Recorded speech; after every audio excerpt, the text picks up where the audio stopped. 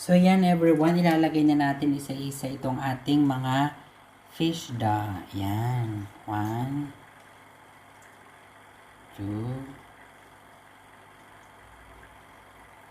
3,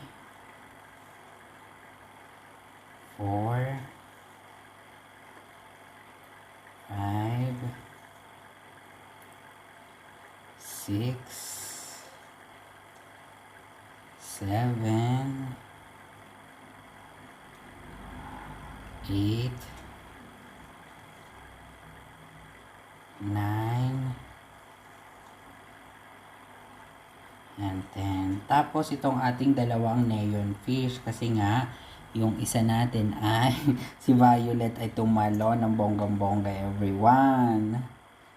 Yan, si Pinky at saka si Greenie. So masaya na sila everyone.